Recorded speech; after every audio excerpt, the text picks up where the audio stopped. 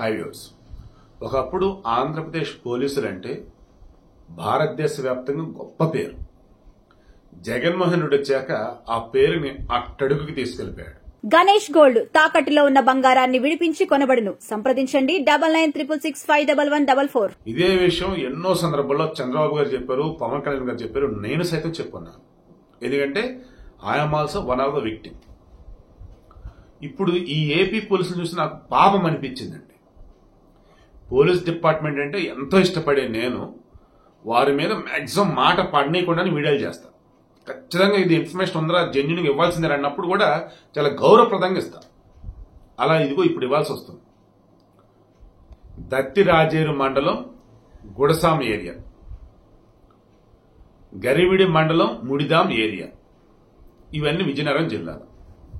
ఇప్పుడు బలివాడి సూర్యప్రకాష్ అని చెప్పేసి ఒక అతను ఈ దత్తి రాజేరు మండలం గుడసాం అనే ఆ ఊరు ఉంది కదా, గ్రామం, అది అతను స్వగ్రామం అంట. అక్కడ ఏదో ల్యాండ్ ఇష్యూస్ ఉంది. దాంతో ఊరిలో ఉన్నటువంటి వాళ్ళు బెదిరించాలి, మామూలుగా చెప్తే వినరు.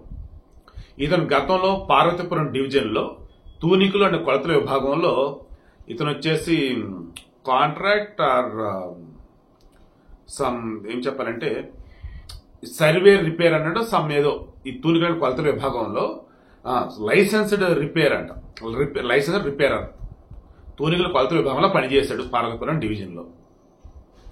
ఆ అనుభవంతో ఆ పరిచయలు ఈ పరిచయలు ఉన్నాయి. అలా ఒక ఏఆర్ కానిస్టేబుల్తో పరిచయం.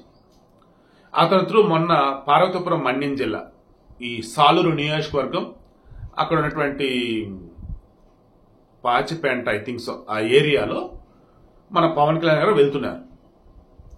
దాదాపు చుట్టుపక్కల ఉన్నటువంటి 50 గ్రామాలకి కనెక్టివిటీ ఉండే విధంగా 19 రోడ్లు అనేవి శాంక్షన్ చేసేసి అక్కడికి వెళ్ళి ఉన్నారు. ఇది మనం అంతా చూస్తే మాట్లాడుకున్నాం. ఇటువంటి వాడు ఇంతకు ముందు లేడు, ఇక ముందు రాడు అన్నట్టు. స్వతంత్ర భారతదేశంలో ఈ 70 సంవత్సరాల తర్వాత కూడా చూసుకుంటూ ఉన్న ఆ కొండ కొనల్లో ఉన్నటువంటి గూడెం గ్రామాలని సందర్శించడం లేరు. ఈయన వెళ్ళాడు, వర్షం పడుతున్నా అలాగే నడిచాడు. అక్కడ ఉన్నటువంటి వారితో మాట్లాడి 2018 ఇచ్చిన మాట ప్రకారం వాళ్ళకి రోడ్లు శాంక్షన్ చేస్తారు, రోడ్లు కూడా ఆల్రెడీ వేస్తారని చెప్పేసి మాట్లాడుకున్నాం.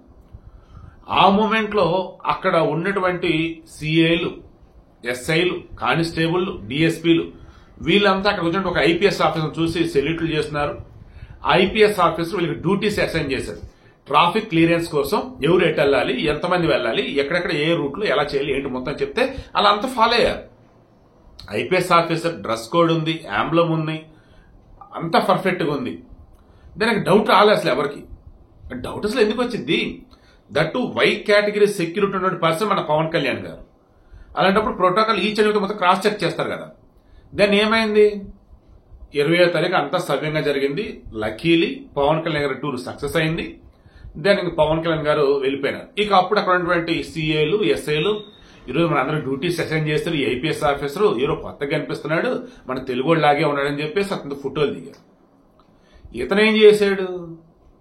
ఈ దత్తిరాజర్ మండలం అల్లూరు ఉంది కదా, గుడసామి ఏరియా, ఆ గ్రామానికి చెందిన గ్రూపుల్లో వాటిలో మొత్తం షేర్ చేశారు. పవన్ కళ్యాణ్తో నేనున్నాను, నేను ఐపీఎస్ ఆఫీసర్, ఇవ్వ ఫోటోలు అన్నాడు. అక్కడ ఉన్న వాళ్ళకి డౌట్ వచ్చింది, ఒరే వీడు అసలు సివిల్స్ ఎప్పుడు రాశాడు అంటే ఐపీఎస్ అసలు ఎప్పుడు అయ్యాడు? నిన్న మొన్నటి వరకు తూనికల కొలతల విభాగంలో లైసెన్స్డ్ రిపేరర్ గా ఉన్నటువంటి వీడు అకస్మాత్తుగా అలా ఏదో తేడా కొడుతుందని చెప్పేసి లోకల్ గా ఉన్నటువంటి పోలీసులు చేర్చారు. వాళ్ళ పై అధికారులతో షేర్ చేస్తే మొన్న పవన్ కళ్యాణ్ గారి టూర్లో వచ్చాడు ఐపీఎస్ ఆఫీసర్ అంటే, నిజమే సార్ ఐపీఎస్ ఆఫీసర్ గానే వచ్చాడు, మీరు అంతతో ఉన్నారు, ఫోటోలు దిగారు కరెక్టే. కానీ వాళ్ళు రోజు చెప్తుంది ఏంటంటే వీడు ఐపీఎస్ ఆఫీసర్ ఏంటి, ఊర్లో కొన్ని ల్యాండ్ ఇష్యూస్ ఉన్నాయి, అవి సెటిల్మెంట్ చేయడం కోసం ఇతరులను బెదిరిద్దామని చెప్పేసి షో చేస్తున్నాడు వాడు, మీరు క్రాస్ చెక్ చేసుకోండి అని చెప్పేసి అన్నారంటే, ఓరే భగవంతుడు ఎంత జరిగిందని చెప్పేసి పై అధికారులు గెలిచారు, డిఎస్పీని వాళ్ళు కూడా ఇదేంటి మీకు తెలీదా, అదేంటి సార్ మీకు తెలీదా, అసలు ఎవరు రైతమని చెప్పేసి అడిగితే పైన ఉన్నటువంటి ఐపీఎస్ ఆఫీసర్లు కూడా అసలు ఇతను ఎవరో ఏంటో తెలియదు, అసలు ఏపీ పోలీసు కాదు, మరి ఎలా ఆ రోజు పవన్ కళ్యాణ్ పక్కన ఉన్నాడు అండ్ ఆ రోజు పవన్ కళ్యాణ్ టూర్లో వచ్చేసి ఎలా అందరూ డ్యూటీస్ అసైన్ చేశాడు, అరే అసలు ఎవడో ఎక్కడో కనుక్కొని రన్నప్పుడు ఇతను ఏకంగా అతని వెహికల్ వాళ్ళ ఊర్లో పెట్టి వేరే వెహికల్లో హైదరాబాద్ వెళ్ళబోతున్న మూమెంట్ లో పట్టుకున్నారు. ఇతను సాయం చేసిన ఎవరంటే ఒక ఏఆర్ కానిస్టేబుల్ అని చెప్పేసి అన్నాడు, ఆర్మ్డ్ రిజర్వ్ కానిస్టేబుల్ అంటారు, అంటే పోలీస్ కానిస్టేబుల్ హెల్ప్ చేశాడు. అతన్ని అరెస్ట్ చేశారు, ఇతన్ని అరెస్ట్ చేశారు. పోలీస్ కానిస్టేబుల్ అరెస్ట్ చేసిన విధానాన్ని బయటికి రానివ్వట్ల, ఈ సూర్యప్రకాష్ అరెస్ట్ చేసిన విధానాన్ని బయటికి రానిస్తా ఉన్నారు. ఇప్పుడు ఓవరాల్ చూస్తూ ఉంటే అసలే అది మన్యం ఏరియా, అంటే ఫారెస్ట్ ఏరియా. పవన్ కళ్యాణ్ ఎంత విప్లవ సాహిత్యాన్ని పలు సందర్భాలలో సభలలో చెప్పినా, పవన్ కళ్యాణ్ నక్సలైట్ అవదామనుకొని ఇదిగో ఈరోజు రాజకీయ నాయకుడు అయినా, అవతల నక్సలైట్కి ఎలా ఉంటుంది, పదవిలో ఉన్నటువంటి ఒక డిప్యూటీ సీఎం, దెన్ మనకు దొరికాడరా అంటే ఇక వాళ్ళ డిమాండ్స్ నెరవేర్చుకోవచ్చు. ఇన్ కేస్ ఏదైనా తేడా వస్తే చంపేనే చంపేస్తారు. పవన్ కళ్యాణ్కి సీరియస్లీ పెన్ను ప్రమాదం తప్పింది. ఎంత అంటే సింపుల్ గా మీకు అర్థమయ్యే లాజిక్ చెప్తా. వంగవీటి మోహన రంగ కాపులకి నాయకుడన్నా, కాపుల తరఫున ఏదో సీఎం అవుతాడన్నా ఆ రోజు కనిపించినటువంటి వ్యక్తి. కానీ అనుకోకుండా ఒక దుర్ఘటన ఆయనని చంపేశారు. చంపింది టీడీపీ వాళ్ళని చెప్పేసి కాంగ్రెస్ లో ప్రచారం చేస్తారు, చంపింది కాంగ్రెస్ వాళ్ళని చెప్పేసి వాళ్ళు అంటారు.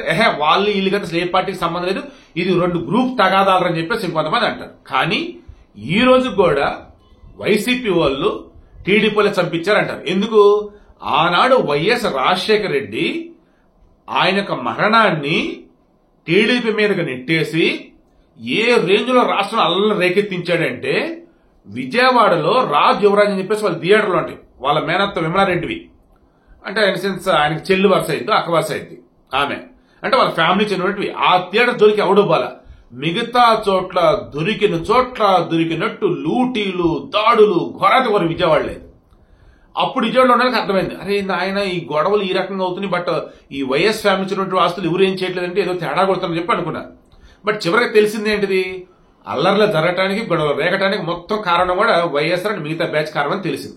ఈ రోజుకి అదే విషయం అందరికీ తెలుసు. అందుకే మన వంగవీటి మోహన్ గారి అబ్బాయి రాధా అంటాడు, ఏమని చాలా క్లియర్ గా చెప్తాడు, టీడీపీకి మా నాన్నగారి హత్యకి సంబంధం లేదు, ఎవరు చంపారు ఏంటి అన్నది అందరికీ తెలుసు, కానీ రాజకీయంగా వాడుకుందామని కాంగ్రెస్ వాళ్ళు పదే టీడీపీ మీద తోస్తున్నారు తప్ప వేరేది కాదని చెప్పేసి క్లారిటీ ఇచ్చాడు. అండ్ ఆ ఫ్యామిలీలో ఉన్నటువంటి వాళ్ళు కూడా టీడీపీకి ఎంతో సన్నిహితులు, అందరికీ బాగానే తెలుసు.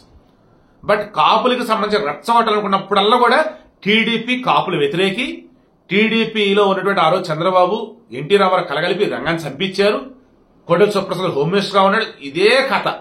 బట్ నిజం ఏంటంటే అసలు వాళ్ళకి సంబంధమే లేదు అసలు. సేమ్ ఈ రోజు జగన్మోహన్ రెడ్డి కూడా ఏదో ఒక విధంగా జరగడానికి ఏదైనా జరిగితే, మేబీ వాళ్ళ స్కెచ్ ప్రకారం ఏదైనా జరగడానికి జరిగితే దానిని అగైన్ మరలా టీడీపీ మీద నెట్టేసి పవన్ కళ్యాణ్ అడ్డు తొలగించుకోవడానికి కోసం ఇదిగో ఈ రకం చేశారని చెప్పేసి మరలా కాపులను రెచ్చగొట్టి టీడీపీ కాపులు వ్యతిరేకం చెప్పేసి మరలా రాష్ట్రాన్ని రావణ కష్టం చేసేసి మరలా వీళ్ళ అధికారంలోకి రావచ్చు అన్నది వాళ్ళ యొక్క కుట్రలాగా నాకైతే అనిపిస్తుంది. It's purely my personal opinion. ఎందుకంటే జరిగిన ఇష్యూ మొత్తం చూస్తూ ఉంటే ఎక్కడో ఏదో తేడా కొడతాం. సో పవన్ కళ్యాణ్ గారు దండం పెట్టి మరీ చెప్తున్నాను సార్, దయచేసి మీ చుట్టూరు ఉన్నటువంటి ఆ సెక్యూరిటీకి సంబంధించి ఇక్కడైనా తనిఖీలు చేయండి. ఎవరు ఎవరు ఎవరు ఎవరు ఏంటంటే కనీసం ఐడి కార్డ్స్ క్రాస్ చెక్ చేయటం మహా అయితే 5-10 నిమిషాలు పట్టింది అంతే. పవన్ కళ్యాణ్ విషయంలో ఎక్కడి నుంచైనా కూటమి గవర్నమెంట్, మరీ ముఖ్యంగా చంద్రబాబు గారు, లోకేష్ గారు చాలా జాగ్రత్త ఉండాలి మనస్ఫూర్తిగా కోరుకుంటూ వేడుకుంటూ, ఏపీ ప్రశాంతంగా ఉండాలా, ఏపీ అభివృద్ధి దూసుకుపోవాలా, 2047 నాటికి అమరావతి ప్రపంచంలో 5వ అతిపెద్ద నగరం అవ్వాలా, అండ్ ఇండియాలో మాత్రం 2047 నాటికి, అంటే మనకి స్వతంత్రం వచ్చి 100 సంవత్సరాలు అయ్యే నాటికి ఆంధ్రప్రదేశ్ అన్నది ఇండియాలోనే నెంబర్ 1 స్టేట్ గా ఉండాలని మనస్ఫూర్తి కోరుకుంటూ ఉన్నా.